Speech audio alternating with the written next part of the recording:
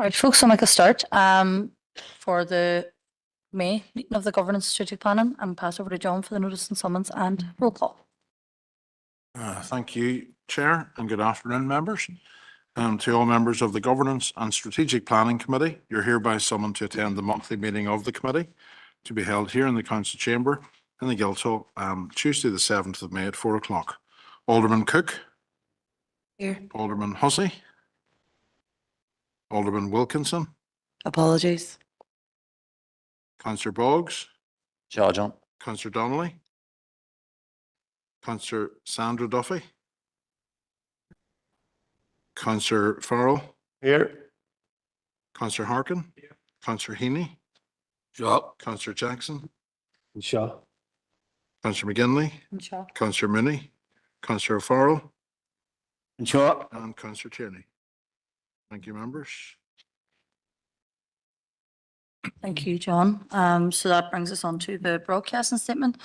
I would like to remind everyone present at this meeting that this meeting will be broadcast live to the internet and will be capable of repeated viewing. The broadcast may be terminated or suspended in accordance with our protocol. If you're seated in the lower public seating media areas, it's possible that the recording cameras will capture your image, and this will result in the possibility that your image will become part of the broadcast. By entering the council chamber and using the press or lower public seating area, you are consenting to being filmed and consenting to the use and storage of those images for broadcasting or training purposes and for the purpose of keeping historical records and making those records available to the public. If you wish to avoid this, you should move to the upper public gallery. A copy of the council's privacy notice is found on the council's website. Item 4 is the declaration of members' interest. If anybody has anything to declare, they can do it now or at any stage throughout the meeting, as always. So that moves us on. Item 5 is our deputation to receive Paula and Mary, and they're going to give us an update on the Employee Health and Wellbeing Programme. Thank you, Chair. As a council, we recognise the importance of the health and wellbeing of our employees, and back in 2015 we established the Be Well initiative, which offers a range of activities and programmes to encourage healthy lifestyles. The ongoing work which is promoted through this initiative contributes to managing our attendance and also stress within the organisation. Mary McLaughlin, beside me here, is responsible within the HR section for leading on the initiative, and she will now present some of our current initiatives as well as some of our future plans.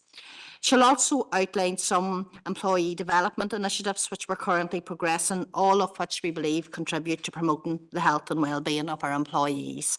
So, and when Mary's finished the presentation, her and I are happy to take any questions that you may have. So at this point, I'll just hand over to Mary.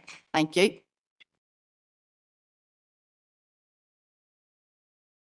Thank you for having me. As always, we're excited to share with you the strides that we've made through the Be Well Employee Health and Wellbeing Project. Building on the foundation that Paula has already set, we've embraced a holistic approach to wellbeing, encapsulating be aware, be mindful, be active, and be social initiatives. Next slide, please. Oh, sorry, can you go back a slide? So under the Be Aware strand, this plays a crucial role in promoting health within our organisation. We've organised an in-house flu vaccine clinic provided by our occupational health provider, BHSF, where 30 staff members utilised this, ensuring that they had convenient access to the preventative health care. This initiative was not only protected our employees' health, but it also highlights the significance of making informed health decisions. Additionally, we've offered a 4-week programme on nutrition for your immune system. This was led by expert nutritionists from Vital Nutrition, and it was attended by 12 staff members last year. The programme was aimed to furnish participants with knowledge, advice and hands-on guidance on how to boost their immune system through their diet. Furthermore, we actively promote the Western Trust's Health Improvement Training Programme, which encompasses a variety of sessions, including mental health first aid, financial wellbeing, resilience building activities, walk leader training, all of which are accessible and complimentary for our staff to utilise. We've also promoted Menopause for Managers session, which was conducted by Business in the Community, and provided information and direction for Free Will Month recently, ensuring our staff are well informed and supported in a variety of areas. Most recently, we've updated our maternity policy and guidance in line with current and drafted legislation. Next slide, please.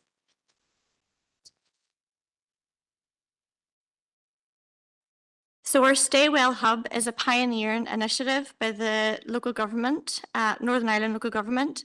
It's been designed to enhance the health and well-being of our employees and yourselves. As a comprehensive online resource centre, it offers immediate access to a wealth of health-related information and advice.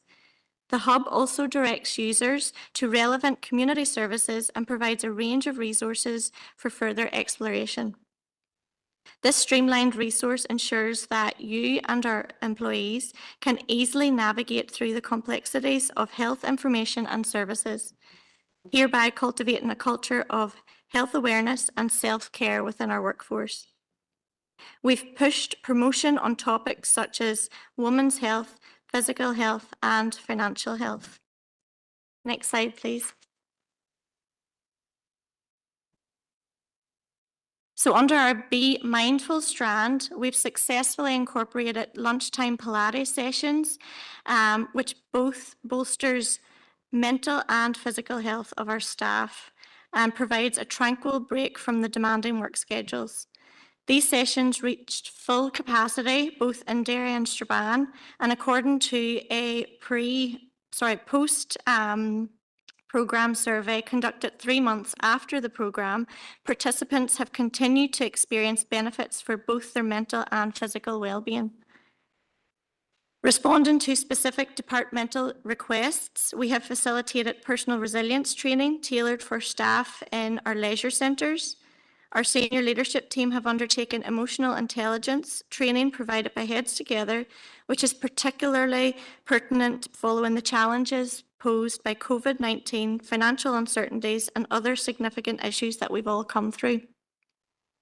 Additionally, we've developed a customised programme named Managing Mental Health for Managers, and we have piloted and facilitated a few of these sessions within our departments so far this year.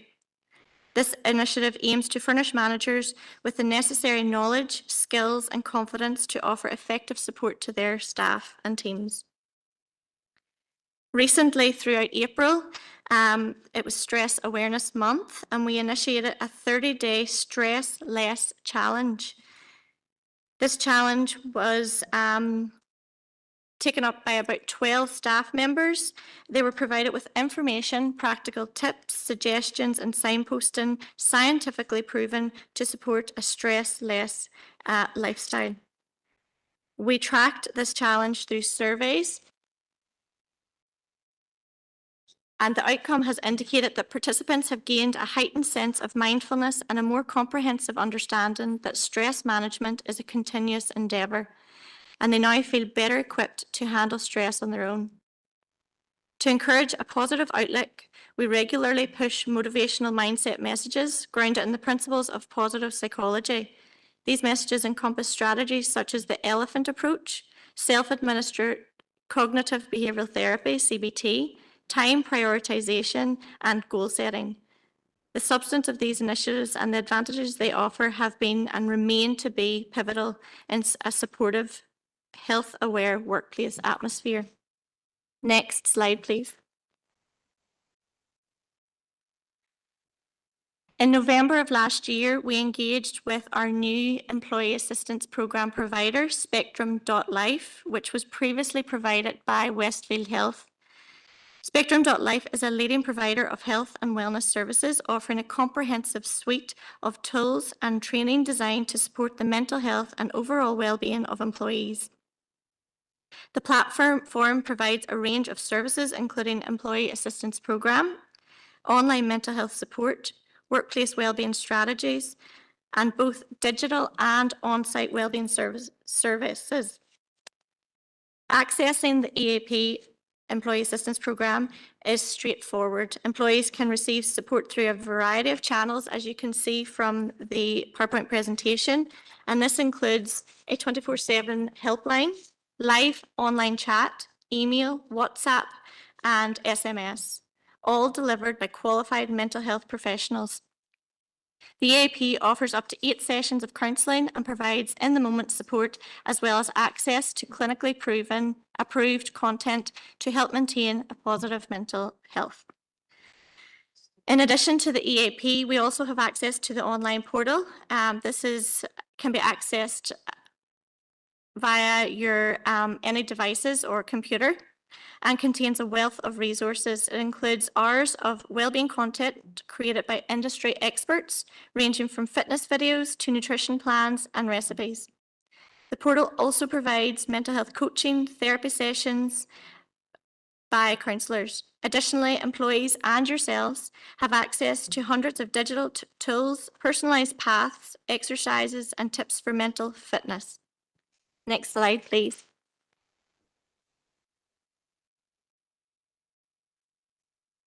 So under the Be Active strand, this is an initiative centred on promoting physical activity and movement. And some of the initiatives that we have facilitated over the past year include the Cycle to Work scheme.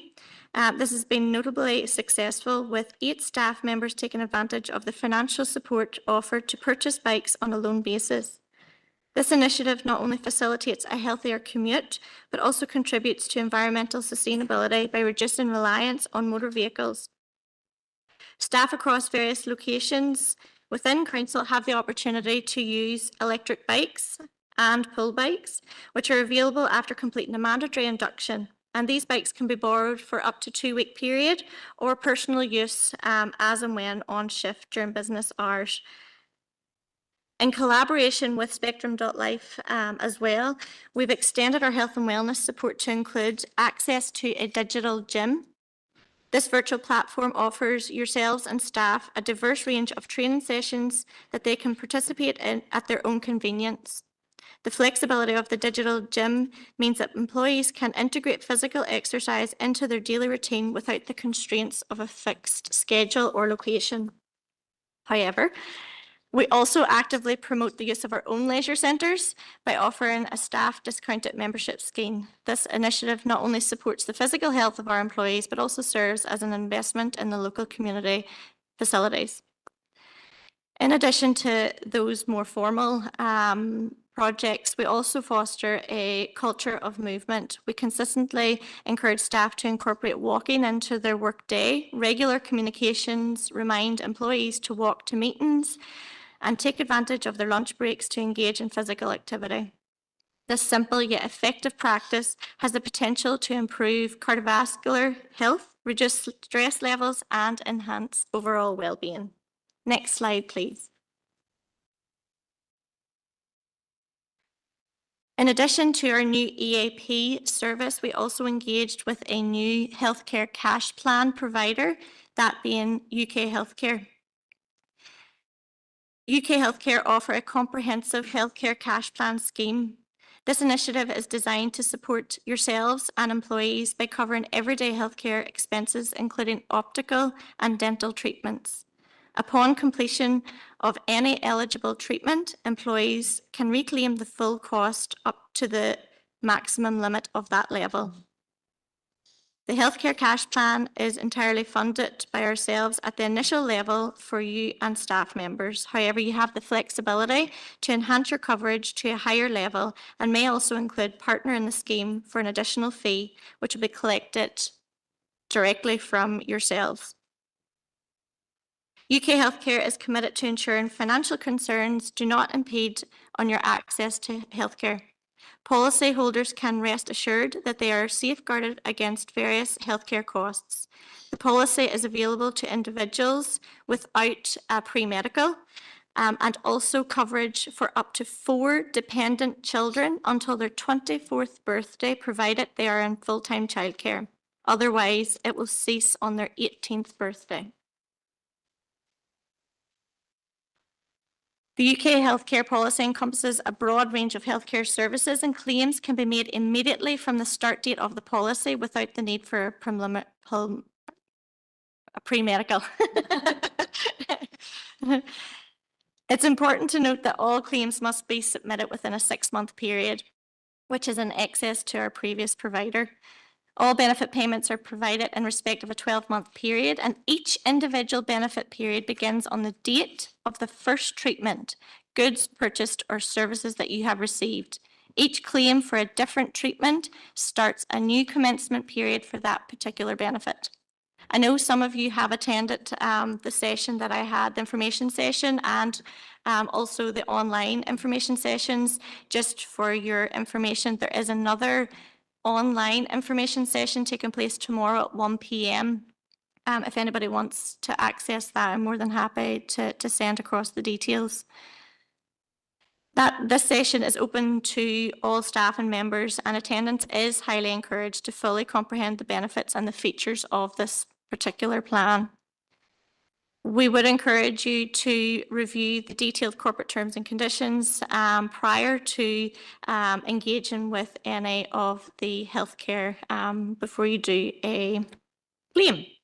And if anybody has any specific questions in regards to your own policy or policy number, again, I'm more than happy to take questions and queries on that.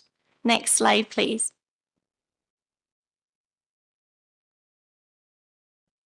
So our internal training programme for organisational development is shaped by the insights of both staff and managers, and it always is proven to be highly successful.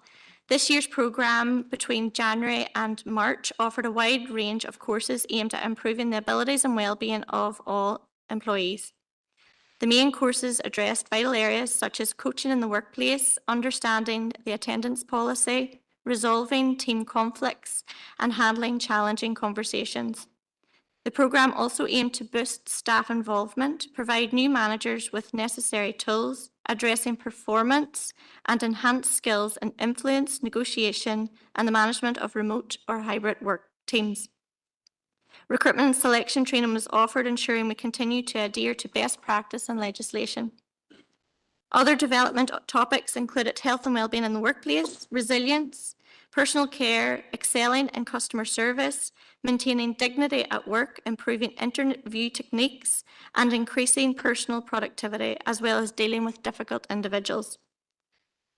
The programme's flexible format, which has made it available online and in person, guaranteed that all employees could participate. And the high participation and the positive feedback underscores the programme's success. Alongside our new e-learning platform and the availability of our local government training group courses, we are keen to provide a new internal programme come September. Next slide, please. Which takes me on to the new e-learning platform.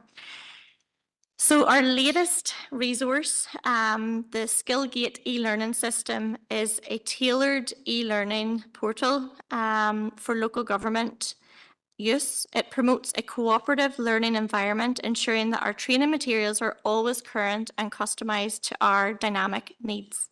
This new e-learning system replaces the previous Learning Pool one, which many of you may have used in the past. The new system guarantees that we stay compliant in an increasingly digital world. It provides all staff with the convenience of accessing training right at your fingertips, allowing you to engage with interactive sessions at your preferred pace. And beyond compliance, the platform offers a diverse catalogue of training options. This includes a focus on health and wellbeing, as well as opportunities for staff to pursue ILM accreditation further in their professional development. And throughout over the next coming months, we'll provide you all with specific training and information sessions on how to access and utilise that. Next slide, please.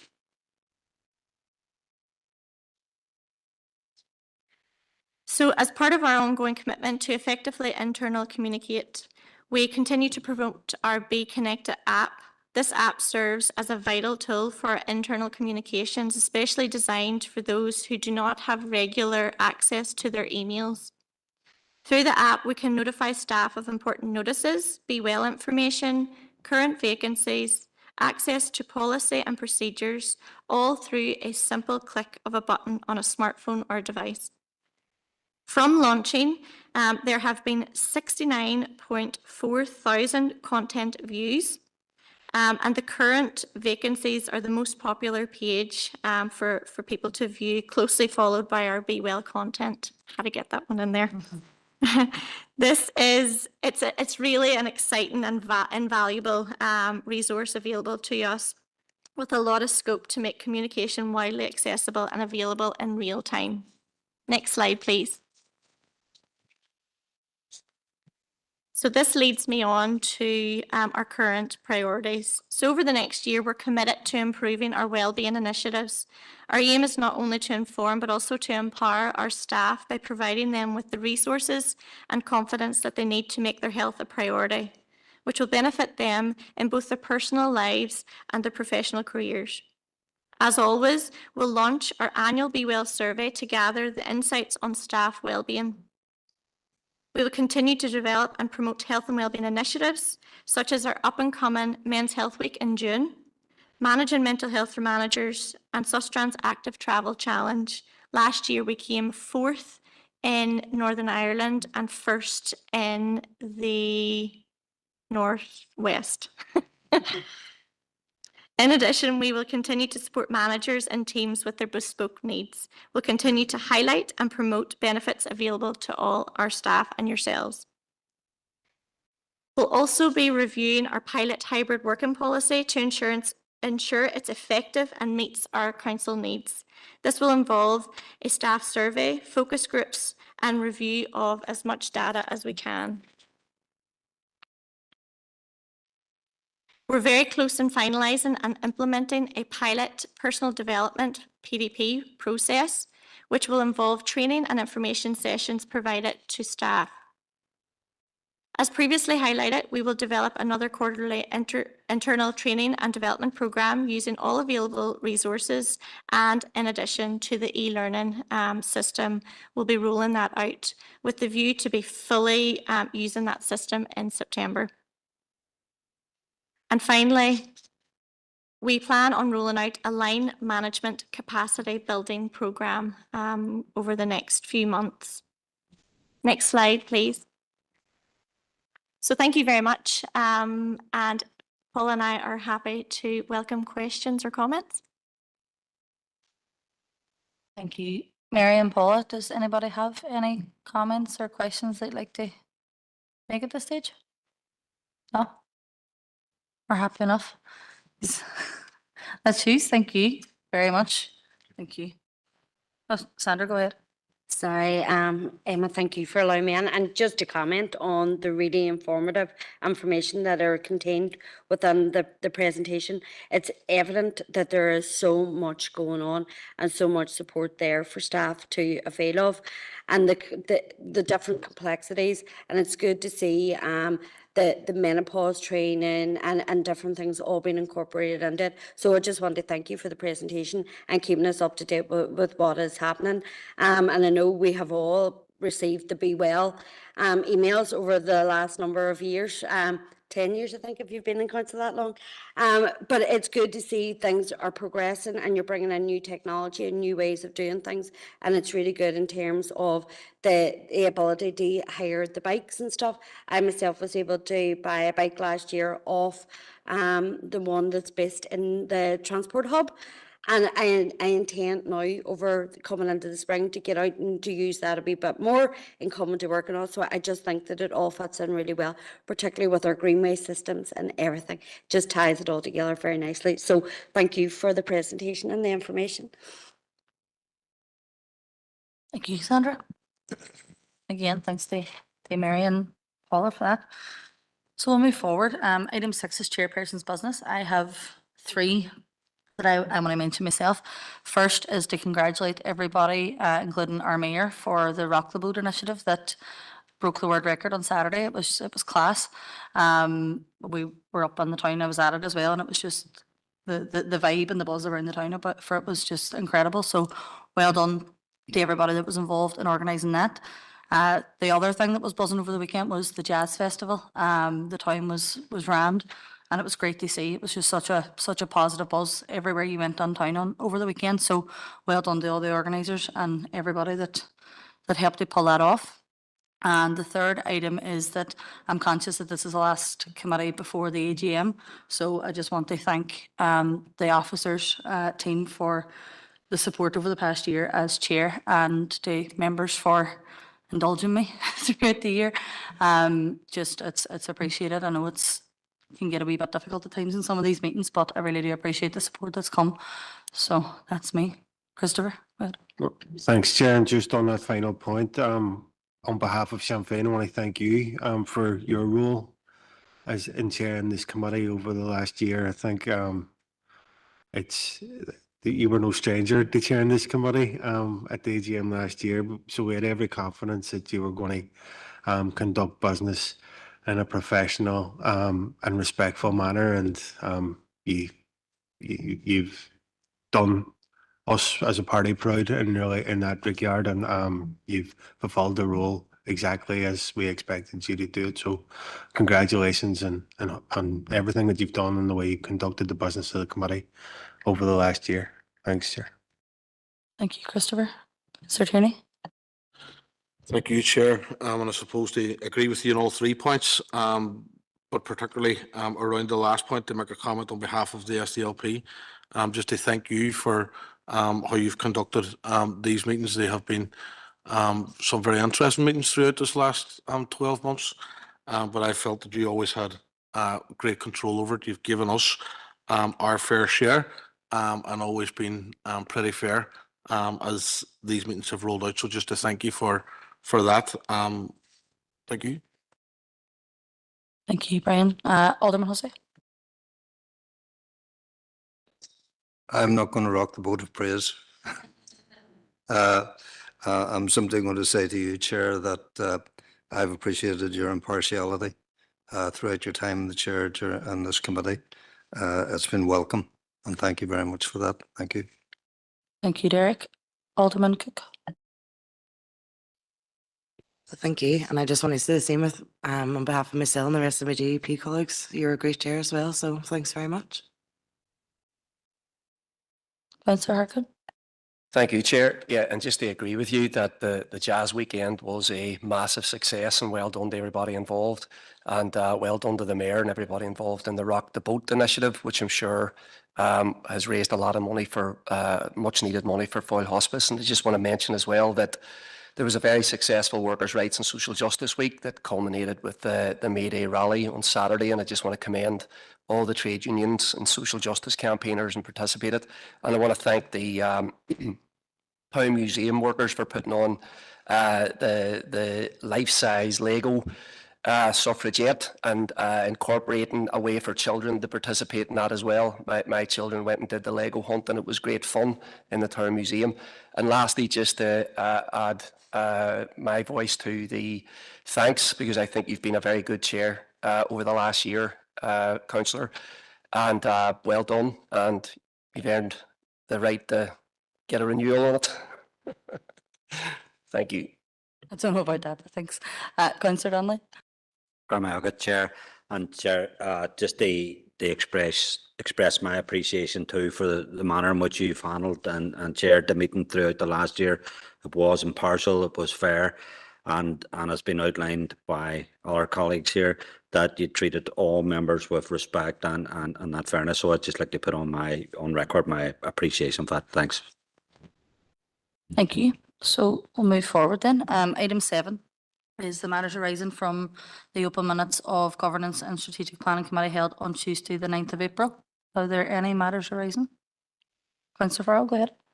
Thanks, Chair. And I'm a bit annoyed you didn't congratulate my many efforts as Vice Chair in the past year, but Wasn't here for them. we'll get over it. Here it's item GSP 73, and it was the discussion around the strategic growth plan. And obviously, we look forward to the ministerial responses regarding road, rail, McGee, and City of Derry airport funding. But what we want to raise is there's an aspect of the strategic growth plan which focuses on the regeneration at Ebrington and the regeneration at Fort George.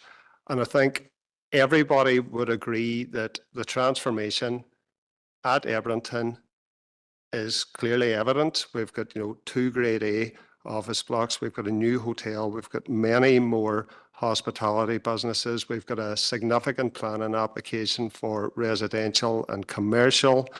The progress there, you can see it when you walk around. The progress at Fort George is not on that level, let's put it that way. We understand that DFC manage that land. DFC are responsible for regenerating that site, and that a parcel of the land has been disposed for a new health hub for Western Trust.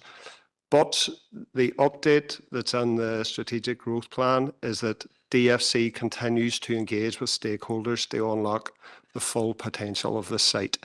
I think it's something that we as members and people right across the city and district want to see that site used to its full potential, but we're not seeing much progress there at all. So I have a question. Would the Chief Executive be able to provide any sort of insight, or could a paper on the future of that site be brought to a committee in the near future? Because we want to see progress, we want to see development, we want to see the full potential unlocked. And the current rate of progress is less than expected, to be honest. Thank you. So, through you, Chair, I mean, I probably could answer some of that question, but we actually have a meeting, an officer meeting planned with DFC in the coming weeks to discuss a number of strategic projects, Fort George being one of them. And so we'd be very happy to bring a paper, or perhaps even invite DFC to committee to present on current issues, progress, obstacles to progress, or challenges, if that might be helpful. Yeah. Right. Happy enough for that. Thanks, John. Any other matters arising from last month's? Go ahead, Philip. So members, item GSP 71 of 24 was in relation to the remote meetings legislation. Just to advise members that we did on Friday receive a further draft of that legislation, largely the same as the one that members previously received, but a comment that we had made taken on board in relation to the fact that the regulations appeared to compel remote meetings, when I don't think that was the intention. That was a carryover from the COVID legislation. So subject to that clause being deleted, the legislation, the draft legislation, is effectively the same as that was previously provided to members.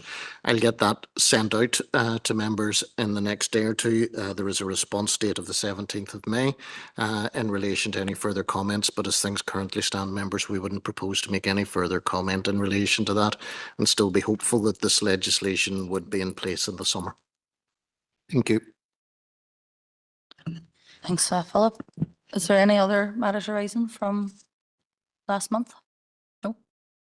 Okay. So let me forward then. Item 8 is the independent planning review of Derry City and Strabane District Council's planning service. I'm going to pass to Karen for that. Thank you, Chair. And through you, Chair, the purpose of the report is to seek members' endorsement for the process to consider stakeholder comments on the final draft report of the independent plan review. Members, you will be aware that Council agreed to commission the independent review in light of the PAC and NIAO reports, and that Council has been undertaking the review between November 22 and January 24, and that the consultants sought direction and reported to the Plan Working Group, which is open to all members throughout the process.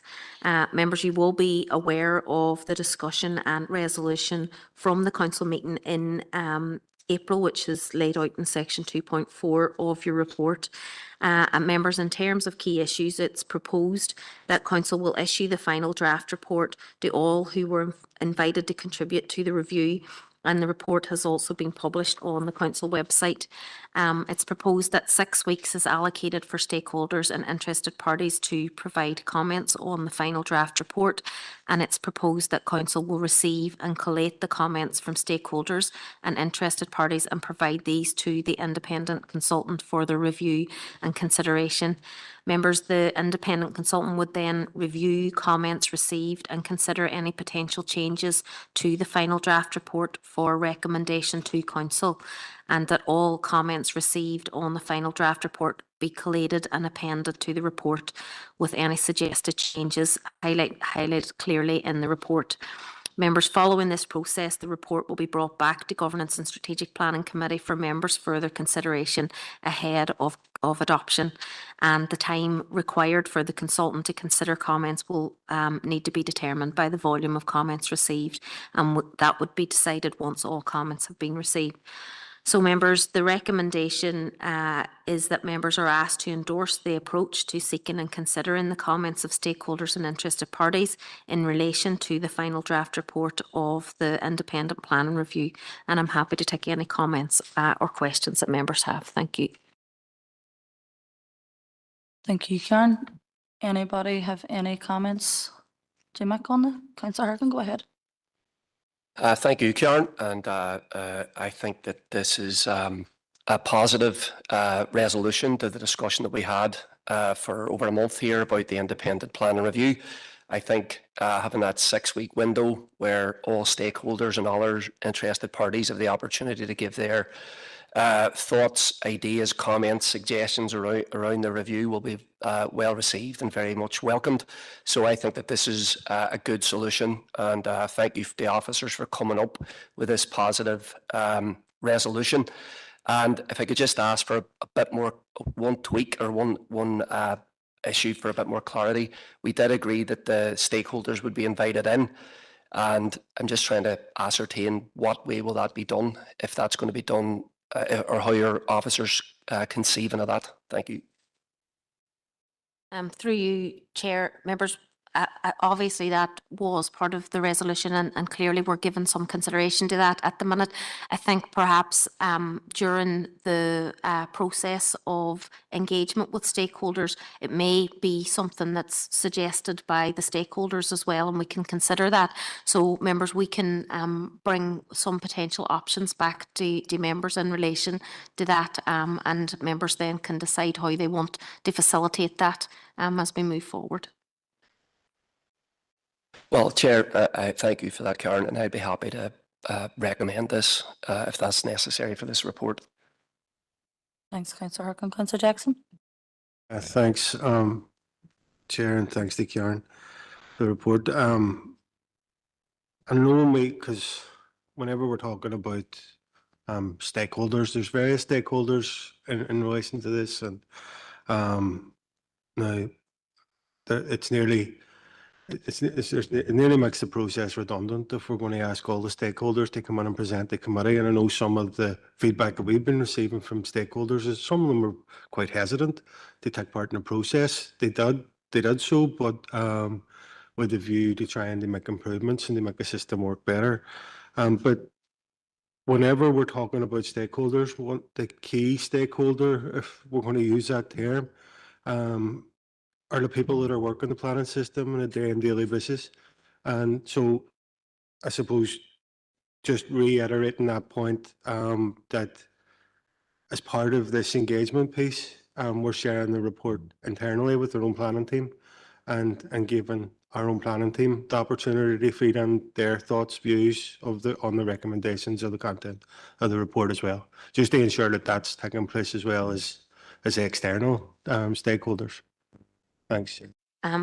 Yes, through you, Chair. Members, just to reassure members that myself and Eamon have met with all of the planning team within their different groupings, and we had a fairly extensive full afternoon engaging with all the various teams in order to seek their views, discuss the report with them, and certainly absolutely happy to take all of their comments on board. We've had some comments back with them. From them, and indeed we will continue that engagement as we move forward as well. Thank you, Chair. Thanks for that. Councillor Donnelly? Good Chair, and happy to second the report, and I want to thank officers for this piece of work. You know, let's hope it's the beginning of a process that can rebuild you know, public trust in council's planning services. I know there was some debates and arguments in here, and some people were reluctant to go down this road. I don't think anyone should have anything to fear from this process.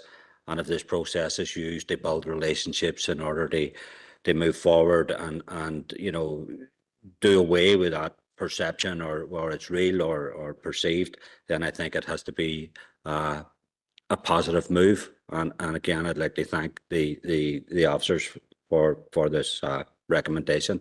I know we did say that I think in one of the meetings that the people who contributed would be sent a copy of the report. I'm not sure if that has happened. Is there an opinion on that? Thank you. Yeah, through you, Chair, members, we intend to send it specifically to all who were invited to contribute.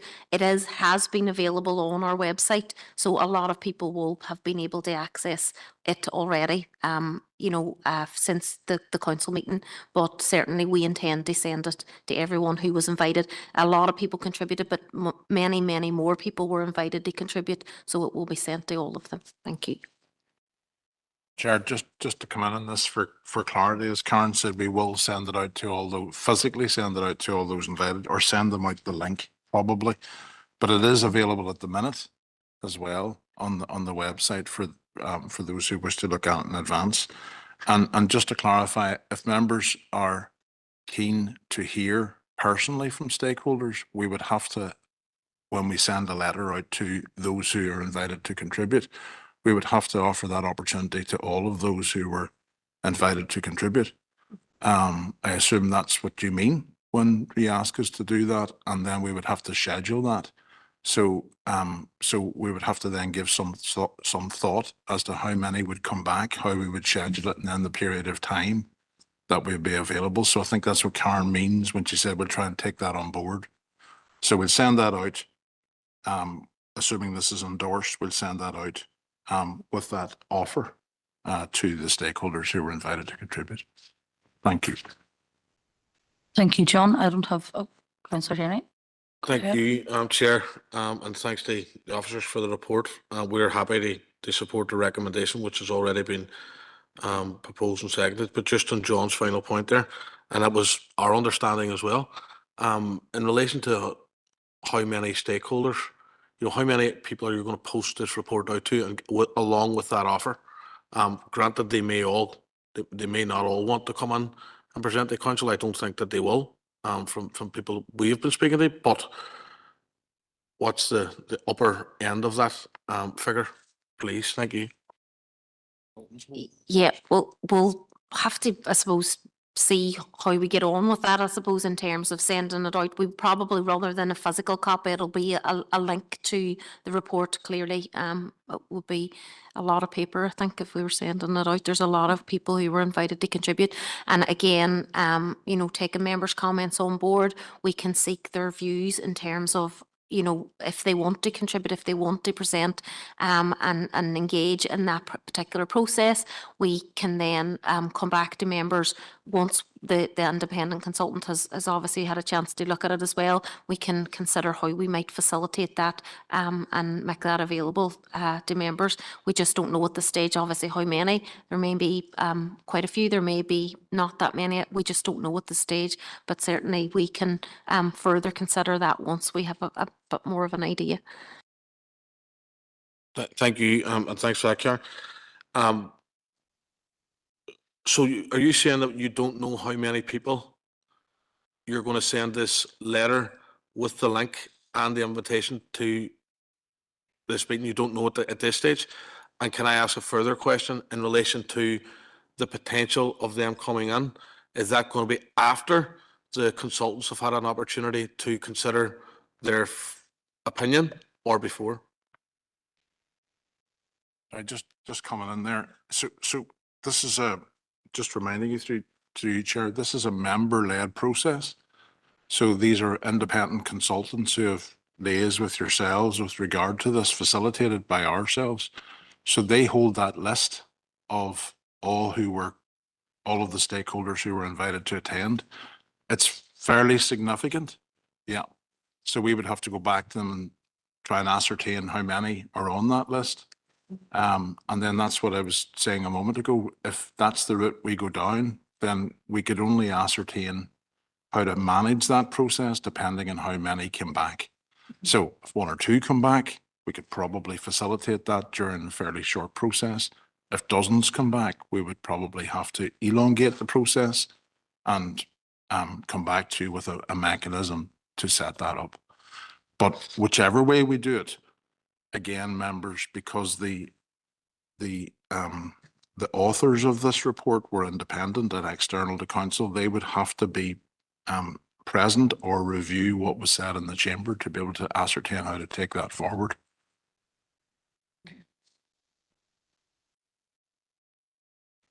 Okay, so I think we'll move forward with that process, and the report has been endorsed by the committee. I don't think anybody spoke against it there, so we'll look forward to seeing how that pans out. Moving forward, item 9 is the long-term plan for towns. I'm going to pass across to John for that. Right. Thank you, Chair. I was going to ask Rachel, members, just to take the background, and then maybe I'll come in with the key issues, if that's okay. Yeah. Thank you, Chair. The purpose of this report is to brief members on the long-term plan for towns funding offer and to seek members' views on the proposed approach to engage with the requirements of the fund. As a means of background, on the 6th of March, the UK Chancellor announced in his spring budget that 20 million of funding will be allocated to the city through the Long-Term Plans for Towns initiative. This is an ongoing UK government investment package aimed to regenerate over 55 towns in England, Scotland, Wales and Northern Ireland over the long term through the development of town plans. The announcement was followed up by correspondence to the Chief Executive from the Minister for Levelling Up, Housing and Communities, which is attached to Appendix 1 within your packs. A detailed technical document in respect of this funding announcement was later published on the 28th of March, and members can view the full details of the technical requirements of the fund in the link provided there within your report. The government has selected the city based on an analysis of a range of key data sets, such as our healthy life expectancy and median gross weekly pay. A town is also identified as a settlement with a population between 20 and 100,000 people. The proposed boundary maps are to be issued by government in due course as part of a data pack. The guidance states that there is scope to make representations to alter these boundaries. However, alteration should not reduce the size of the area or extend the boundary to bring in separate population centres, such as different towns. The government also states that the proposed area must be touching along a boundary.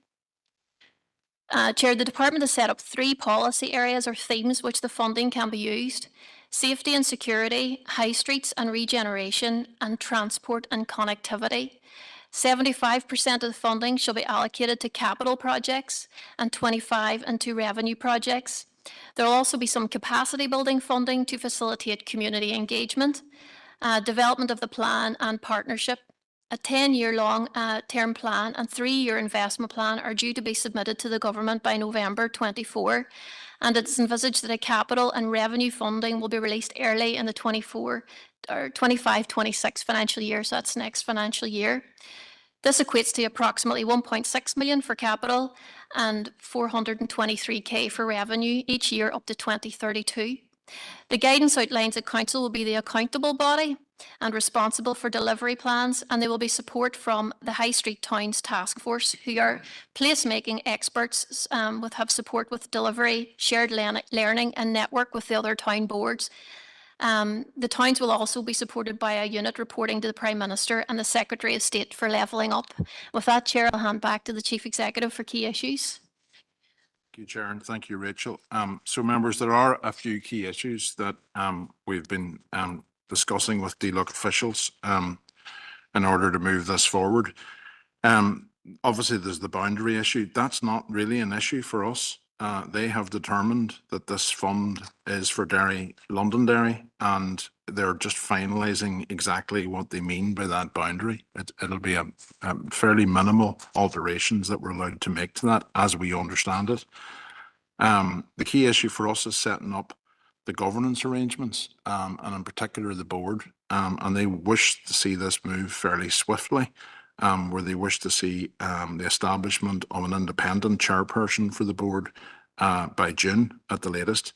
There's then a process beyond that of establishing a plan, which I think has to be in place by November.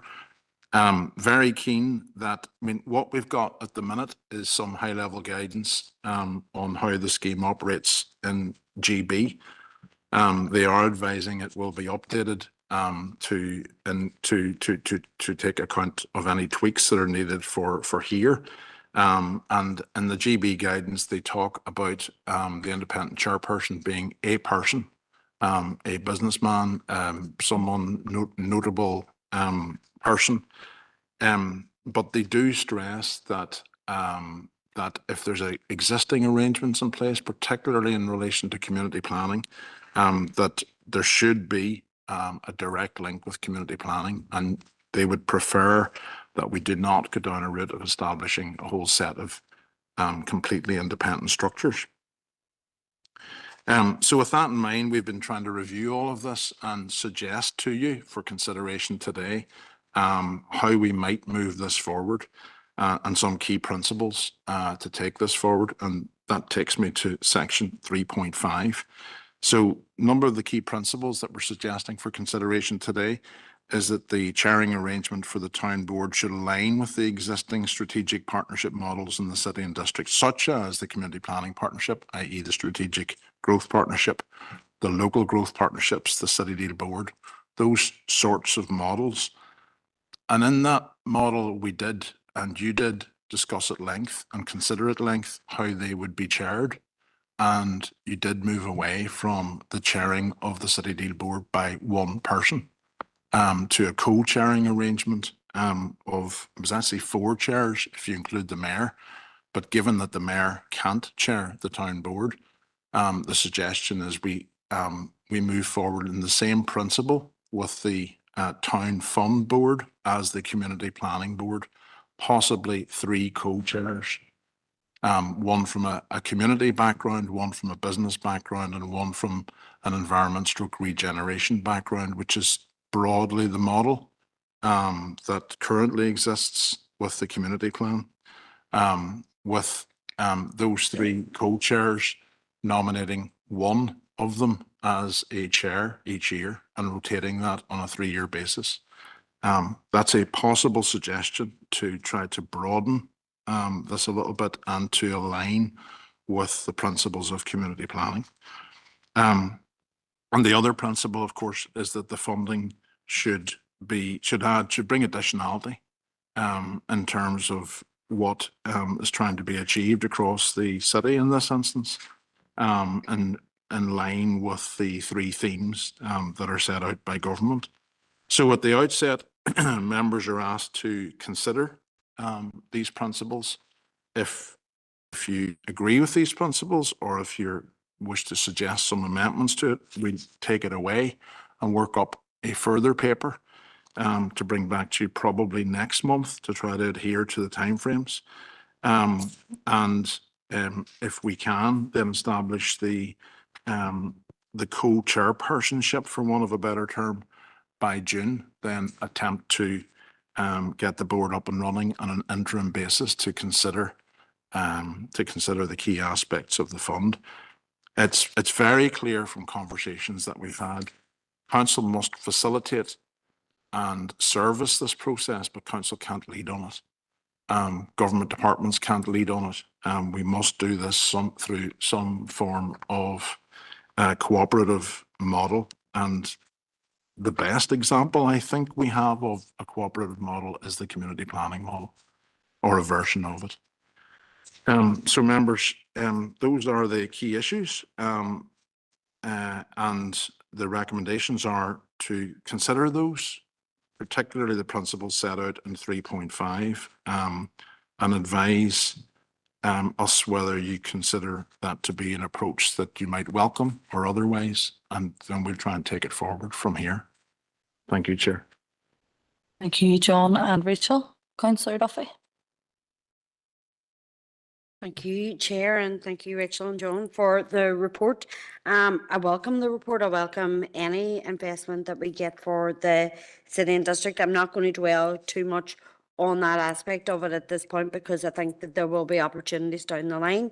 I think in terms of the key issues and how we move forward as outlined, I would be content enough. I think that we have really good structures here already in place. We have very clear ambitions around our community plan and our strategic growth plan. And then the overarching city deal projects, I think we're very clear around the direction of travel that we want to go on. So I would be content enough to propose the report as it is in terms of taking it forward on that basis.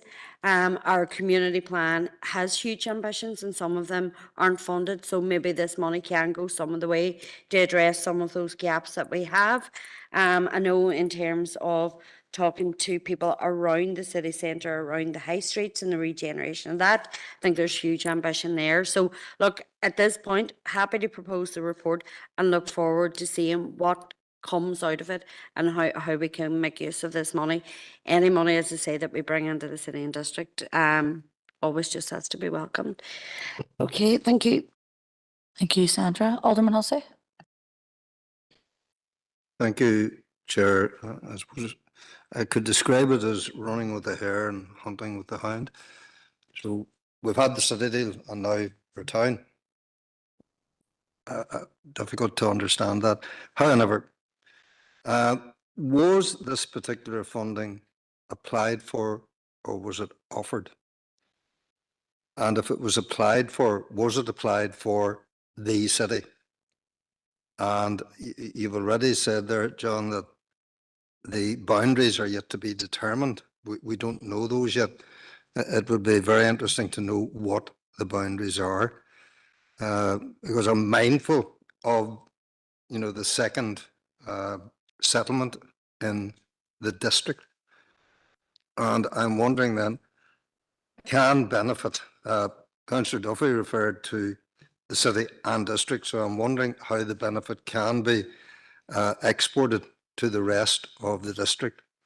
And I'm thinking in terms of 75% of the capital funding and asking myself, is that substitutional or is that additional?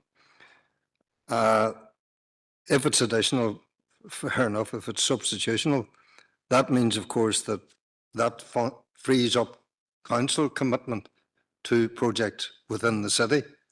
And perhaps that financing can then be redirected to assist beyond the city.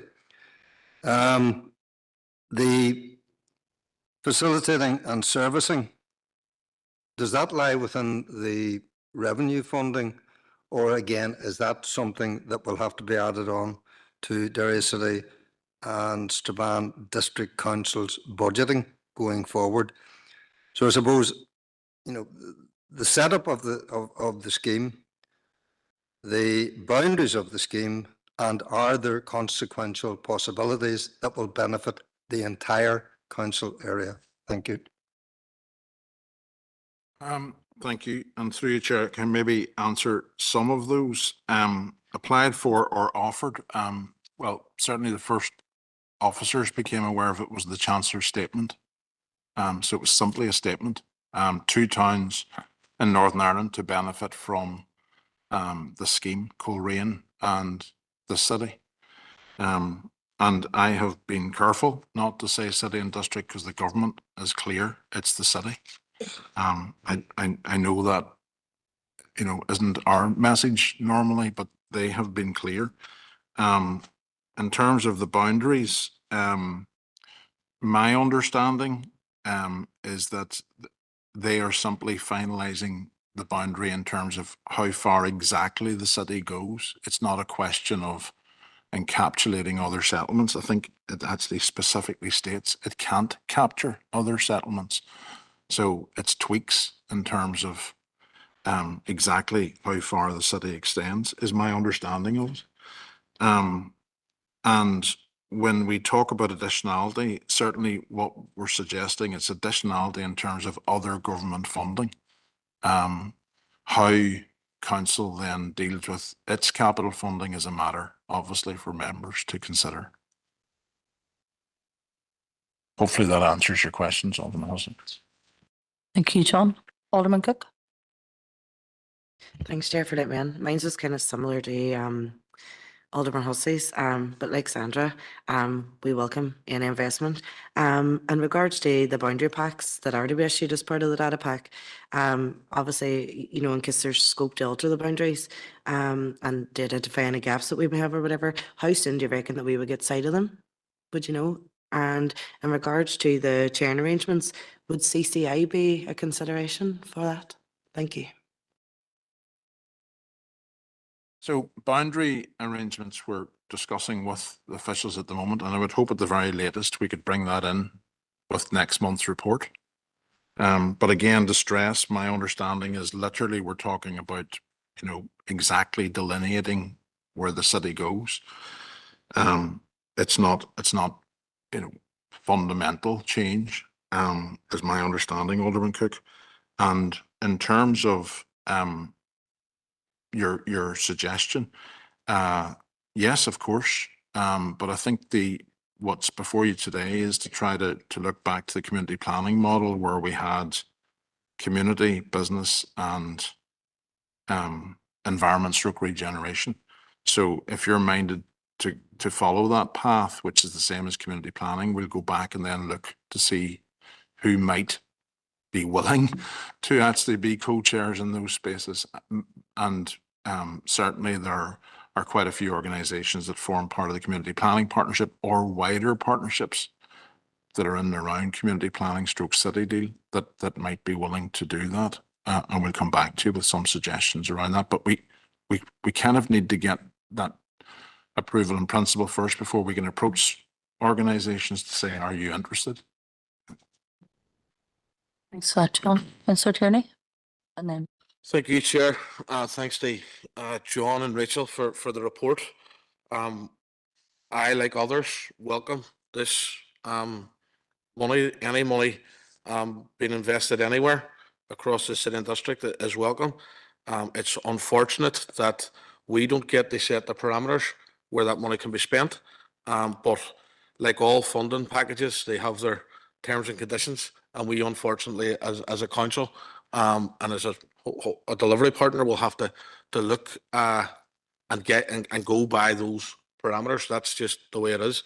I know Councillor Hussey or Alderman Hussey asked, was this money offered or was it applied for? And I can understand why you're asking that. Why would a council apply for money that can only be spent in half of its council area? I fully understand the question. I know that there has been an awful lot of work that's gone on to getting this money and getting this announcement under the Chancellor's statement from working in the MP's office. It wasn't just a snip and a drop in the ocean and a thank you. There was an awful lot of work that went on to make sure that we done that, and I can only presume that there was an equal amount of work that went on to make sure that Coleraine got theirs and in that announcement as well. I think this is something that this city can really benefit from. The fact that it's additionality to all of the other opportunities that we are starting to see with the city deal, and one thing and another is really interesting, and I think really a really big opportunity for this city. I do look forward to seeing where the boundary is drawn, because I think that's going to be very, very interesting.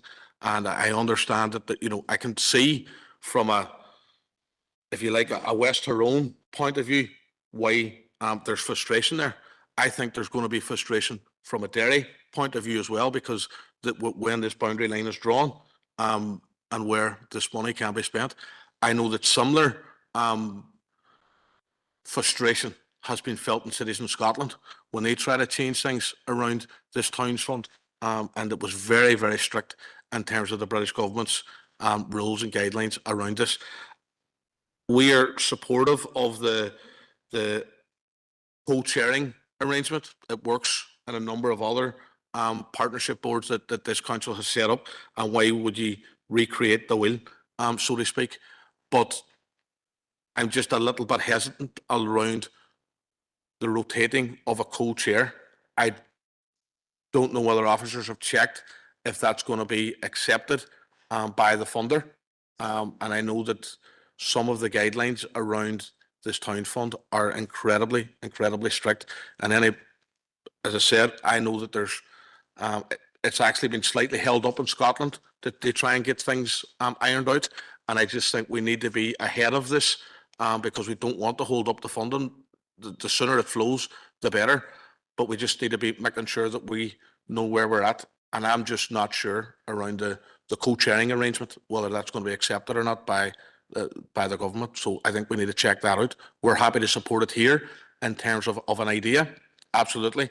But whether or not it's accepted there, and our officers speaking to towns in Scotland who are trying to do something similar to what we're trying to do, but finding kickback from the government in terms of how flexible the terms and conditions of this funding is, because there are, as I said already, it's been held up in Scotland and it's proved difficult. But all in all, I think it's welcome. I genuinely do. It, you know, the benefit of this, where we can add on things, the key is going to be around the terms and conditions and the boundary. What input do we have around the boundary of the city? Because that's going to be vital as well. Thank you. But all in all, welcome the funding. Thank you. Thanks, Councillor Tierney. Councillor Harkin. Thank you, Chair, and thank you to the officers for the report. Look, £20 million from the British government is peanuts, given the amount of money that they wasted in COVID, given the amount of money that they waste on funding wars like the war in Palestine right now. But at the same time, we should grab it and put it to good use for the people in our city and district. And you would hope if the Tories are kicked out in the coming months, that we will actually see, or at least we can expect, that change will mean that there will be more funding coming in our direction, especially if we are campaigning very, very hard for it, as other people will be across the water. So I think that we should. I don't want to say. I don't think we should thank a Tory government for throwing us £20 million, but I think we should obviously welcome that we're going to be able to do some good with this. When it comes to the proposals for how we move forward, just in terms of the existing models, the partnership models, obviously we don't want to create something that is very cumbersome, because we want to be able to move quickly. I know less about the rules in terms of what will be expected from the funder's point of view, in terms of chairs and so on. But I do think, I want to ask, is there a way that this can be opened up to people who would not be involved in any of those partnership bodies in existence right now? Because I think that would be, as officers will know, and as members in the chamber will know, there's lots of organisations that do very good work that don't participate for different reasons in any of the partnership groups. Is there a way that other organisations can actually be opened up so that others can participate in figuring out how this money would be spent, in making proposals for how this money would be spent, and being involved in the constructive use of this funding? Thank you. Quickly, Brian, because I'm going to bring you on then. Thank you, Chair. Just if we were to accept this today, is there some sort of process that officers have in mind to go and get people's interest of becoming the co-chairs, or, you know, is it going to be just expressed through the existing boards that are there, or is there, like, a, for want of a better word, an open call to certain sectors to see if anybody's looking to come forward? Thank you. Well, it's a really difficult, Chair, through you, it's a really difficult thing to try to take forward, because the timescale is very, very tight. And that's why we've given it the thought we did, which is, you know, if you want to go down an open process, that's a whole different animal from this suggestion. This suggestion was we've got the initial conversation that we've had with the officers in DLUC would support a process whereby we aligned it broadly to community planning. That's what they've said. That's our understanding from the discussion so far. And now whether they'll accept 3 co-chairs or not, we're not 100% sure. We have to work that through with them. But certainly, if you recall, members, back at the time of trying to establish the community planning partnership, it's really difficult to actually have one chair. And you went down the route of themes and chose 3 co-chairs across those themes to try and make sure that community was represented, business was represented, and regeneration environment was represented, which is this suggestion. And if it's this suggestion you wish to go with, then we'll simply go back to the community planning model and say, well, which of those chairs currently? So, how do we get people to fill those positions within those themes? It's fairly obvious how we would do it with community, because we have our local growth partnerships all represented in the community plan, and the local growth chairs or senior team can consider among themselves who might come forward as a chair there. Within the business community, we have a number of organizations that sit in the community planning partnership that represent business. So we could solicit from those groupings who might wish to sit. And again, environment's a little bit more difficult, environment and regeneration, but we have a number of partners in that space, some who sit in that, some who are participants in City and Growth Deal, some are participants in those broader process. We could approach them. So it's a case of, do you wish to follow that type of model? But if you want to go, and there's an element there of capturing alternatives, or if you wish to put it out to some form of an open call, that's a different process, members. We would have to give that some thought. The challenge that we've got from UKG is that their guidance for England, for example, is almost reluctant to say this publicly, but it's, they say a prominent business person, a prominent community leader, is their model, but I think they're more suited for very small towns, not for cities this size, with the diversity and range of partners and stakeholders that we have. So it really does challenge us, and it probably does bring us back to all of the debate and discussions that we had at the time of community planning and how we've arrived at those models and how it has been reflected. They've broadly served as well to date. And is there any opportunity to flex around that? Possibly, yes. But where's the starting point? I don't know if hopefully that's helpful, members. Chair. Sandra? Yeah, just to come in on the back of what John has been saying, that was exactly my reading of the report as well as it came through, which is why I'm content to support the suggestions that have come from the team in terms of use have looked at it. There is a tight time scale involved here. I don't think that we have, as you say, a small town in rural England, perhaps, is what springs to mind when I was reading some of the notes around it. And we are a city. We have a wider range of people, interests and things that might be going on. But I do think that what has been proposed here is probably the best model to try and take this forward in the tight time scale that there is to take it forward within. So I proposed the report at the start. I'm still happy to stand over that proposal at this point. I need a seconder for the recommendation. Christopher, thank you. Councillor Farrell, go ahead. Thanks, Chair, and thanks, John, for the information thus far. So once the board is appointed, once the co-chairs or chair is appointed, in terms of the long-term plan, does that need council sign-off, or can that board, however it's constituted, operate independently without ratification by this body? Thank you. So, Chair, those are questions that we're still teasing out with government. But my understanding is that this can't be a council plan, that this has to be their model of best practice, if you like, is that this is co-designed by that board, which again is why they're suggesting try to align it with the community plan, because effectively the community plan, we've done this we know broadly who the members are. We know our priorities as a city, in this instance, as a city.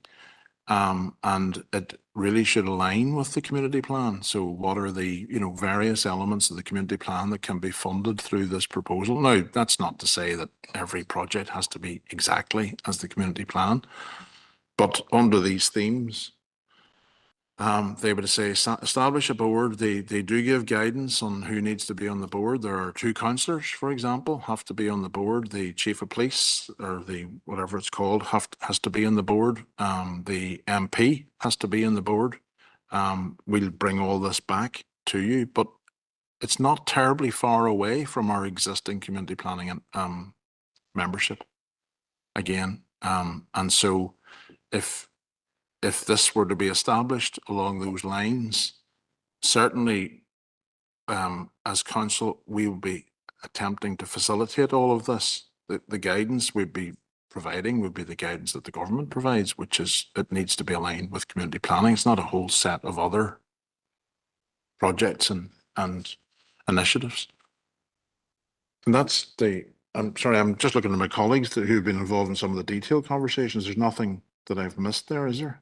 Oh, absolutely, and I think that they were very amenable, the team, in terms of particularly that point that John has made in terms of aligning it with existing community planning structures within the city, and indeed in taking forward any priorities that have been identified within the area that again will be outlined by them when they send us, if you like, the boundary very soon, we hope. Chair, the only other thing that I would add is just that very clear stipulations around making sure that every meeting is open and public, that they'll be streamed on the internet, so the decision making, just in terms of your comment, Councillor Harkin, about, other groups or citizens that want to engage in it. It definitely has quite stringent requirements in terms of making sure that the meetings are held publicly and open, and there's a budget for community engagement as well too, so. Thanks for that. The recommendation has been proposed by Sandra and seconded by Christopher. I haven't heard anybody really speaking against it as such, but I just want to make sure that we're unanimous before we move on. Aye. Okay. Thank you. Perfect. Thank you. Item 10 is the Department for Communities Hardship Fund. May I pass over to Anna? Thank you. Thank you, Chair. Members, the purpose of this report is to seek your endorsement of the 4 interventions under the DFC funding. And you'll recall that this money came to us last year, and at that time it was a £4 million budget that had been allocated to all councils, plus they allowed us to use any underspend from the previous financial year in relation to hardship. So that gave us a combined budget of just over £441,000. And members at the Health and Community Committee in September of last year, you endorsed the approach in terms of the co-design that it be very much led by local communities, and that local communities are those best placed to identify the approach in terms of supporting vulnerable people as a result of the cost of living crisis. And we brought forward at that time 4 interventions. One was around information and signposting, because there was a real recognition that there was lots of support out there, but not everybody knew about it. Also about localised interventions, because the local communities were best placed to identify those in need and what would be the best approaches for them. The social supermarkets, given the fact that they have very significant wraparound services, and there was huge demand for their services, and there also still was a need for targeted support, whereby within local communities there were people that might have needed additional one-to-one support, and what that might look like. Members, the great flexibility of this came to us in the last month or so, whenever we were advised that there was an extension in terms of the expenditure, which has been very beneficial, because it's allowed that flexibility that as and when each of these interventions have been taken forward by the delivery partners, that as they've required some changes, that we've been able to react very positively to them. And you can see that some of those examples that we've been able to share with you in section 3.4, whereby the social supermarkets have been able to extend their delivery. A very significant one within the rural context was the importance of their community transport being able to be incorporated, and also additional breakfast and luncheon clubs, which are absolutely critical within a rural context. So on that basis, members, we've made some adjustments to the budget, obviously the overall allocation remained the same, but we were able to make some of those changes in terms of giving additional to the localised interventions and giving some additional money to the social supermarkets, which give a reduction then in terms of the targeted support. So very happy to take any questions in relation to it, but you can see within the appendix, we've shared with you some of the interim results, which are very important in terms of actually seeing the delivery on the ground and the difference that it's making within our local communities. So thank you, Chair. Thank you, Una. Councillor Jackson. Good Chair, and thanks, Una, for the report. And I know this is coming on the back of previous initiatives that have been carried out by DFC, and we all know the challenges that we've come through, not only through COVID, but coming under the cost of living crisis, and the cost of living crisis is still biting hard on many people within our communities. And I think it's been well rehearsed, and we've learned quite a lot through the initiative that was launched by Deirdre Hargey around the role of our community and voluntary sector, and particularly here in the city and district, where we do have quite extensive and good networks in place, and as outlined in the report, where there's different challenges to different parts of our district. So there are our community and voluntary sector are best placed.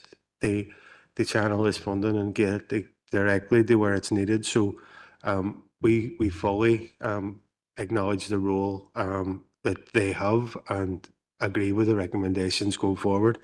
Just a slight, and I'm happy to propose on behalf of Sinn Féin to propose that we accept the recommendations, but just a slight query in relation to the information and signposting. No, there's like, and I'm not questioning that, but £11,000 out of the budget has been allocated towards information and signposting, and I know it's very important that everybody knows that that where there's help and support available. But I think through our own council hardship fund, we identified that we wanted the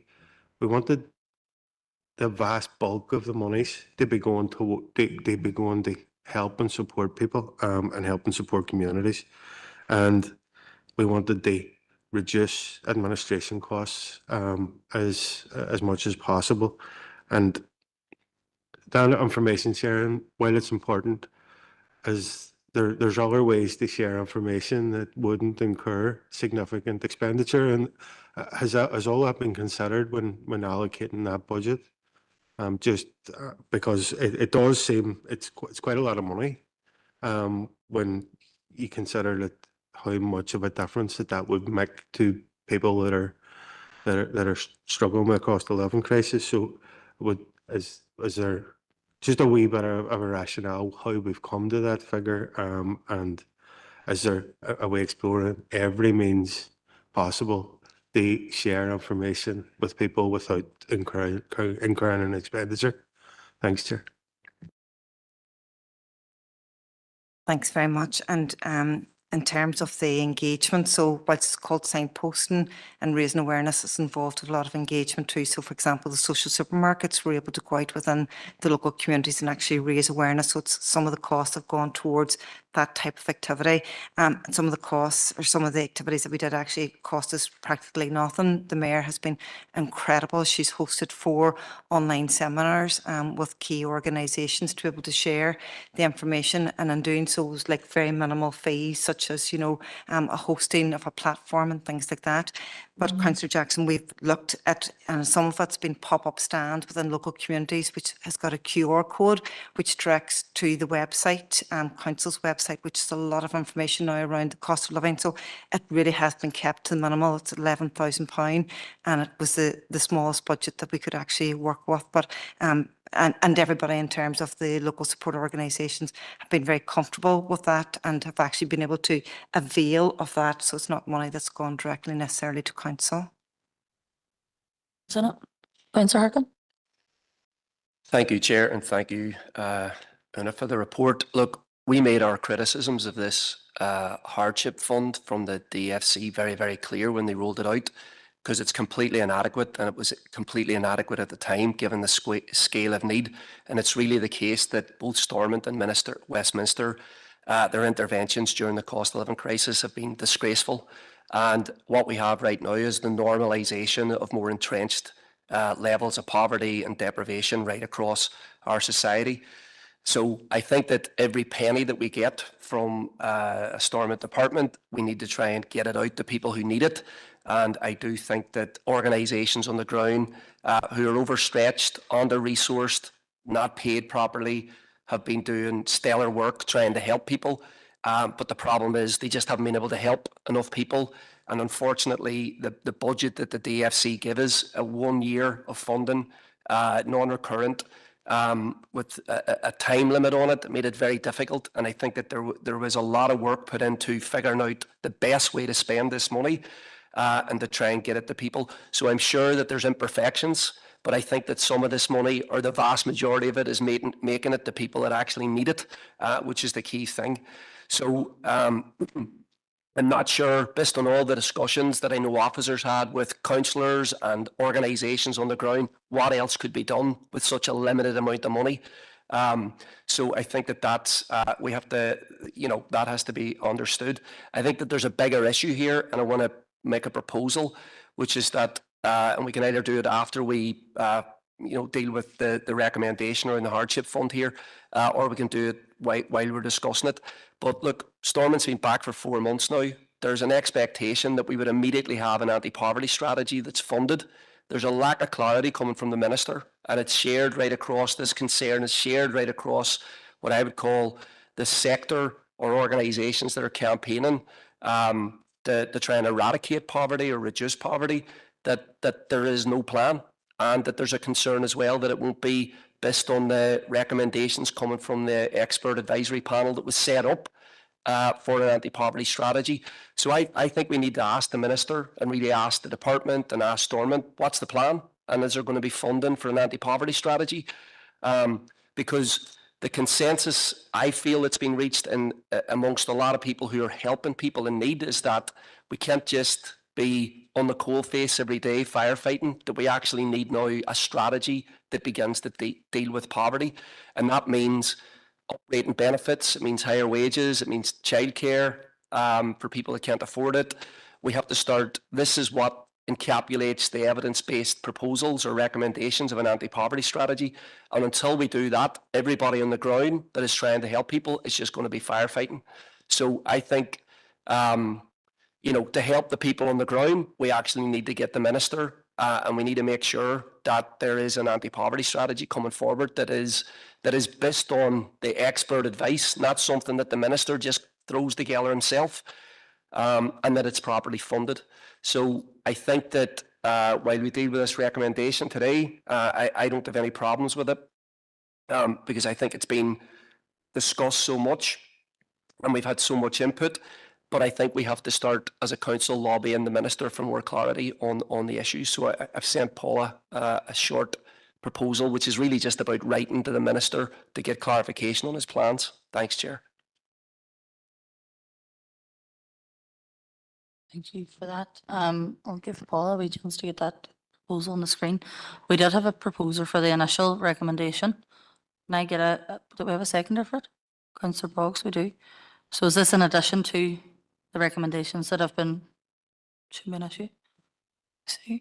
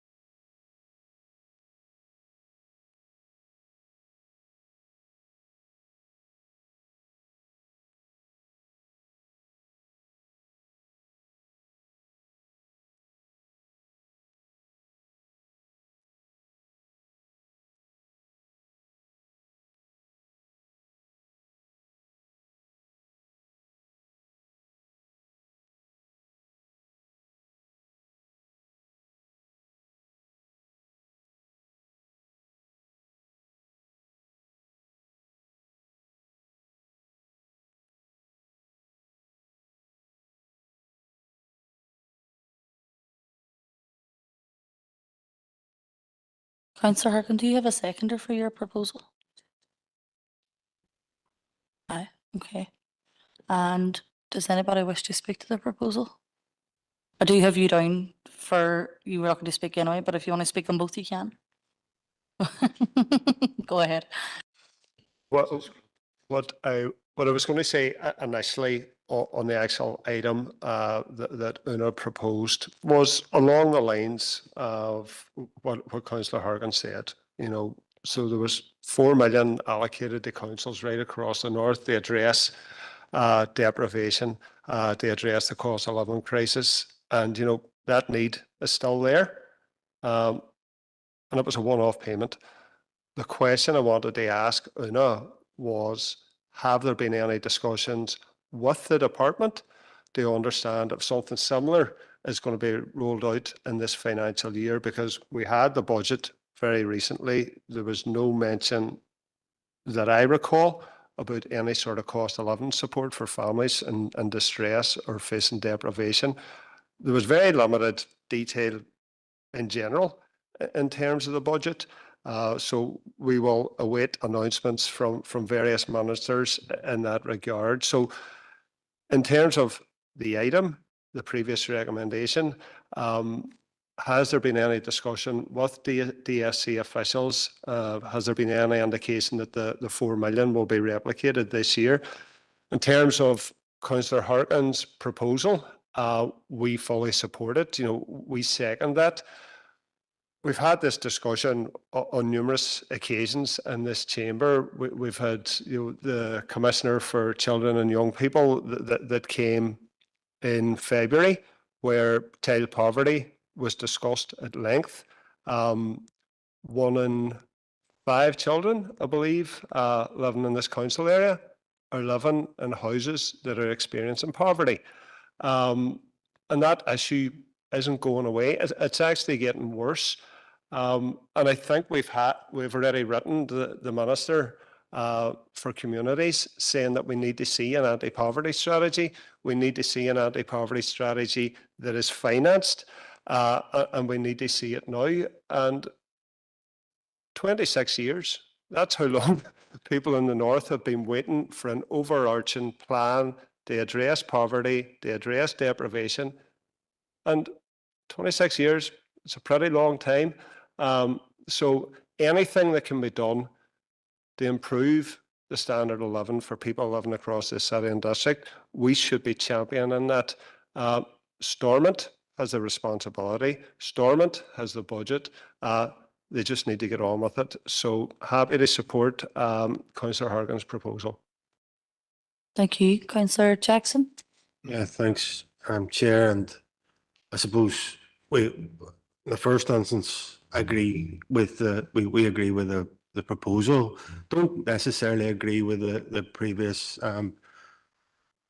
comments. I know, and Council or Stormont does have a responsibility, and we want to see a strategy brought forward as soon as possible, and it needs to be funded.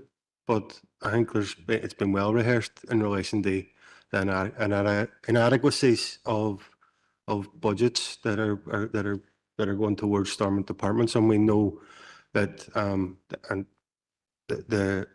we know the pressures that are on right across that are faced right across all departments. I know our health system is drastically underfunded. Our education system is drastically underfunded. We need to see a complete change of approach to around how our public sector is funded, and a lot of it, because whilst we're talking around the implementation of a strategy right now, and we can't look at it in isolation.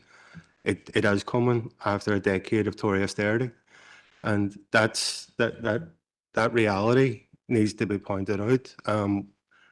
Ideally, we would like to see further levers of revenue raising brought to the executive, where there could be funding raised to adequately fund all departments, but that's not the reality that we're living in right now. So whilst we want to see the strategy implemented as soon as possible, we're also mindful of the constraints that all government departments are operating on in this part of the island. And a lot of it is coming and it's being directed directly by a Tory party in London that are hell-bent on driving their austerity agenda. So that's the reality that we're in, and we can't ignore that. But within the confines and the constraints that are there, we do need to see a strategy. And we need to see it implemented and funded as soon as possible. Thanks, Chair. Thanks, Councillor Jackson. The only other speaker that indicates Councillor Boggs. It was just, Chair, to under 3.4 in relation to the rural, the extra supports that are going on there. I think that very clearly came from those and that community who organise those social supermarkets, that they were at a disadvantage in being able to get the service out to the people in the rural area, and particularly in my own DA in Sperrin. So it's just to welcome that alteration that is now going to provide that extra support. And I know that it'll be very much welcomed by not only the service users, but also the people that were trying their very, very best and going above and beyond to make sure that service reaches them. So this is a more targeted and, I suppose, formalised approach rather than the community organisations having to put extra effort on an already very heavy workload that they have. So just to welcome that alteration. Thanks, Chair. Thank you, Councillor Boggs. So at this stage, the recommendations within the report were proposed and seconded, and this separate proposal has also been proposed and seconded, and I haven't heard anybody speaking against it. So we'll move forward and have that actioned. Okay. Both separately. Yeah. Okay. Item 11 is the Directorate Delivery Plan 24-25 Strategic Plan and Support Services update, and that's Ellen. Yes, thank you, Chair. This report seeks members' approval for an update to the Directorate Delivery Plan to reflect an additional service improvement objective. And as indicated in the background section at the March meeting of this committee, members considered the draft improvement objectives for 24-25 and indicated the Council should have a financial improvement objective in recognition of the continued impact of the cost of living crisis. Again, it's noted that previously for the 23-24 year, there was a financial objective around the reduction of net council costs. In terms of approving or sort of providing assurances to elected members, the Directorate Delivery Plan has been updated to include an additional service improvement objective, which is set out at 3.1. Accordingly, then, in terms of members' recommendations, it's recommended that members approve the update to the delivery plan for 24-25 to include that service objective, which is has a target date of January 25. Thank you, members. Thank you, Ellen. Any comments on the report? Councillor Boggs, go ahead. Thank you very much, Chair, and thanks, Ellen, for the report. And I'm just going to pick out one project in particular that I very much welcome, and it's a great addition to Strabane. But it's just to raise concerns with officers at this stage, and I know that work has been going on in the background to try and rectify some of the issues. But it's in relation to the completion of the Strabane North Greenway to Ballymagorry. And while it is a fantastic project that goes so far, it only goes so far at present. And while it has been very welcomed by the people in Strabane, they have raised concerns about the fact that it seems to stop in the middle of a field. And I know there are commercially sensitive issues that we won't talk about here today, and I know officers are aware of them. But I suppose it's just to highlight that it's welcome and great to see it completed, and that the bin infrastructure and all has now been added, because that kind of took a period of time after the contractors handed it back to council. But just to ask that, you know, options are explored in the future and looking to get that scheme and that particular section of the Greenway further as what was originally planned, that we haven't been able to obtain at this stage. And I know officers will be aware of all those reasons. And in this instance, I think the public are starting to realise, and it has taken a lot of communication, and thanks to the officers that have worked on it so far, to try and show people that this isn't through council's fault in this instance, and I think that's important to get out. And if we could build it tomorrow, I know that there is a willingness within council officers that we would do that, and that we would move forward. So it's just to raise the issue with it at the minute. It has been a headache for all Strabane councillors at the minute, and rightly so. People want to see that kind of infrastructure. We have passed motions for that kind of infrastructure, but it's just to make sure that we are doing everything as a council to make sure that where possible we can work with all parties to try and progress it forward. So it's just to put it on record, Chair. Thank you. Thank you. Enough. Okay. Any other comments on the report? Can I have a proposer for the recommendation? Sandra? Councillor Boxley, second. Thank you. Moving on, item 12 is the councillor satisfaction survey findings for 23-24. Pass back to you, Ellen, for that. Yeah, this report aims to brief members on the findings of the councillor satisfaction survey for 23-24. Chair, so proposed. Yep, thank you. Happy enough with the outcome there. Item 13 is the council motions. Back to you, Ellen. Yes, sorry.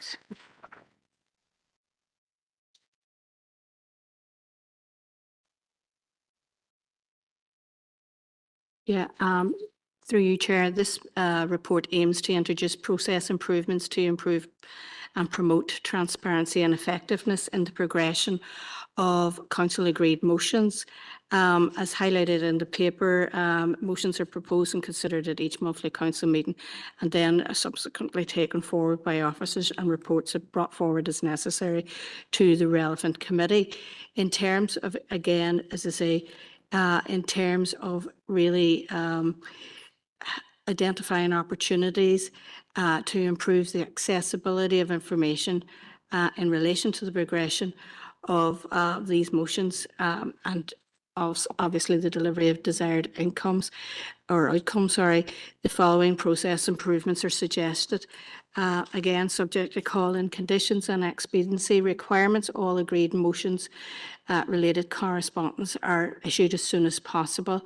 That being said, that's through the Mayor's Office for political and stroke member-led initiatives, and also then from other correspondence going through the Chief Executive's Office. Also, again, following the agreement of a council motion, officers will bring forward a report to the relevant committee within 2 months, providing details of the officers who's responsible for progressing the motion, key contact details, and an initial scoping report. And subject to the nature of the motion, the scoping report may ideally be informed by a discussion with the proposer of the motion. And then, as far as practical, that scoping report should provide details of the next steps, date of update, and date of update to the relevant committee. Again, promoting the transparency and effectiveness.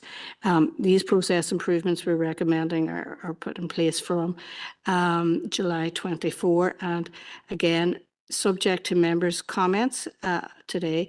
If you require further discussion on this, an informal workshop can be facilitated to discuss these suggestions if required. So consequently, the recommendations in front of members are to consider, and subject to your comments, approve the process improvements identified in paragraph 3.2, or agree to hold and nominate to an informal workshop. Thank you, members. Thank you, Ellen. Any comment? Councillor Harkin? Go ahead. Thanks, Chair. Thank you, Ellen, for the report, and thanks to the officers for taking on board some of the concerns or suggestions that members had about how to smooth the process out of motions and have clarity about what's happening with them. So I think that these proposals are actually very good and will be very helpful, and I'm happy to recommend it today. I also think that I'd be happy to do an informal workshop, but I would rather actually implement this and then see how it goes, and if there's any issues that need to be ironed out, we could probably meet then. But I'm quite happy with this, and thanks again. Sorry, through you, Chair, and just to thank Ellen for outlining the report. So members have quite a bit of discussion at the senior team level with regard to how we improve, with regard to how we respond to notices of motion, and in particular over time, the volume of them. Some of them can be dealt with very quickly and others are quite involved. So if members are happy to proceed with these, what we think are improvements to the system, then we would review them with you, in 5 or 6 months. And there's also the suggestion that's almost inherent within that. If it's a more complex notice of motion with multiple actions that are not simply letters or, very clear actions, that we might establish an informal meeting with yourselves post proposal of the notice of motion to tease out with you the actual actions that would then be most effective in taking it forward. So we would do that on a motion by motion basis to make sure that you're comfortable with how we take it forward. And then that would inform a report that we would bring back into you to set that out. So it's a mechanism or a series of suggestions to try to improve the efficiency of how we do these things. And very importantly, from your perspective, that you are very clear on who is leading within the senior team on each motion and the potential timeframes, the challenges associated with taking it forward, how we might overcome those challenges and resource them, etc. So, thank you, Chair. Thank you, John. Councillor Harkin has proposed that we approve the process improvements that are identified in paragraph 3.2. Is there a seconder for that? Councillor Mooney. Do we have any further comments? Councillor Donnelly, go ahead. Good Chair, and I'm not sure if it just fits in, but there's a number of things that has been on my mind regarding processes and that too over the last number of months, and one of them would be like information that we would put out to the public before meetings, and there is a debate or an opinion that it's very close to the meeting and it doesn't give potential members of the public the potential to have a detailed conversation with their elected rep. And just when we talked about an informal workshop, for changes to that, does it have to come from like a motion from elected member, or could it be included in an informal workshop where suggestions could be put forward? Rather than every time you want to change that you have to bring it to a motion to full council, or is there a similar procedure that would work in cases like that? So through you, Chair, I'm just not 100% sure. Councillor Donnelly, I understand your second question. I think the first question is with regard to the posting of council papers and the timing of that. Is that right? Yeah, that, and there's other issues like do councillors have access to the recording of the confidential minutes of meetings and that? It's just when you talk about the process, and obviously this is all about process and making things more efficient and smoother. My question is veering a wee bit from that, but in a similar vein, that if there was a suggestion to put it out to the public, the information pack, rather than on the morning of the meeting, for say 24 hours or 48 hours earlier, would that need to come in a motion, or could it fit into a process like this or informal workshops? So I understand. Thank you. So through you, Chair, that is part of our standing orders and would require a change to our standing orders.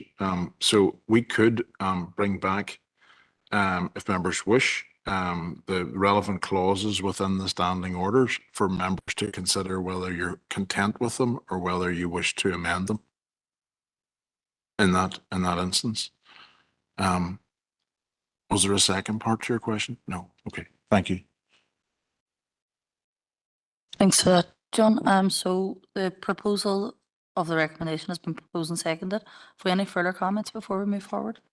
Councillor Farrell? Just very briefly, Chair. I think it's good that we're formalising this. So there's going to be about a bit more structure from June or July onwards. Would it be the view of the senior team?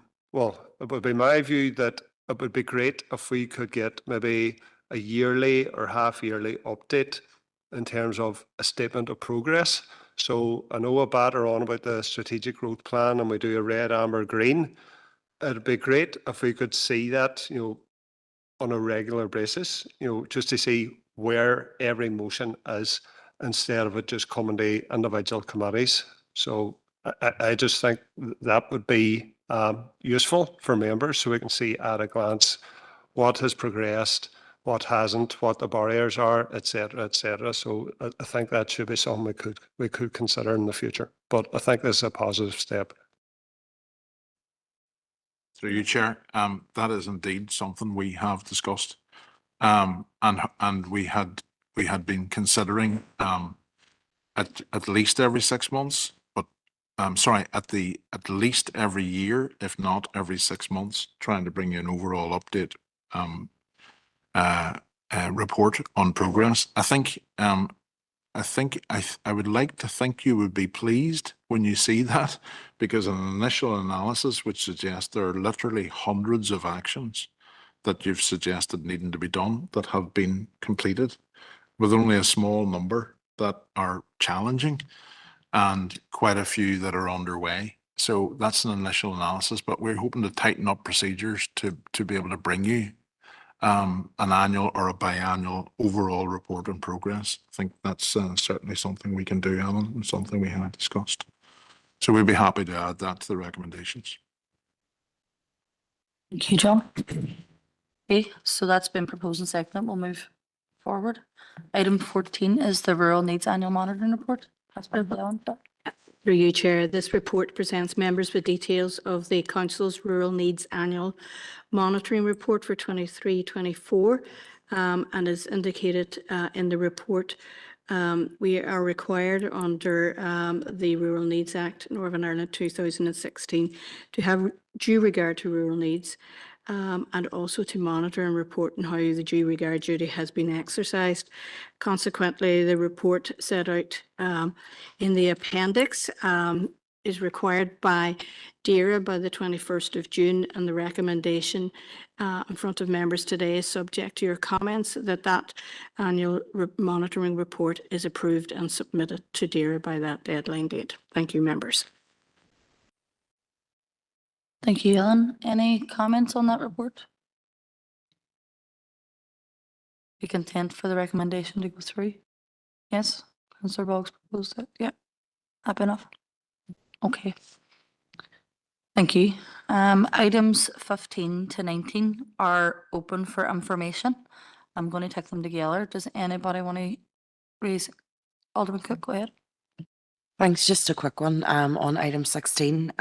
Just chatting to my colleague, Alderman Milton, she advised that there's a strong appetite for a stop in Eglinton in regards to the rail. So I know it's been discussed previously. I was just wondering if anyone would have an update on that. Thanks. Yeah, through you, Chair, there isn't any further update from the rail, following on from the rail working group. We do understand that TransLink are going through the process of undertaking due diligence around a number of potential halts, and we hope to find out more from them in the coming months in terms of that, but we can certainly keep on top of that one. Yeah. If you wish, I think this was also referred to earlier in the meeting. The response from Minister O'Dowd was received. Was it just this morning, Rachel? I think it was Friday. Friday. To comments raised at the last meeting. So I have that in front of me. We haven't had a chance to get it out to members. No. And we will after this meeting. But I mean, it sets out updates on the A5, the A6, the A2 rail, etc. So we'll send this out to all members after this meeting, and we'll also include it in the council pack for the end of the month. Yeah. Okay. Thank you, John. Councillor Heaney. Yeah, thanks, Chair. And it's sort of similar in fashion to the previous conversation on items. So will the other working groups that sit under this committee come in that similar sort of fashion in relation to just updates of where they're at? Is it just a rail one? So it's a query around that. And through you, Chair, we normally try to bring in an update on all the working groups from periodically. So I can't think of any that we don't bring in. No, and I mean, I think in terms of the previous process improvement report, I mean, the I think that is as I say, the transparency there is about bringing back notification when reports are likely to be brought forward and stuff like that. And that'll obviously give members the opportunity to feedback their views as well. Thank you. Thanks for that, Ellen. Any other comments from the items that are open for information? Can I have a proposer for confidential? Councillor Boggs, everybody in the room, thank you. I'll just give it a wee second.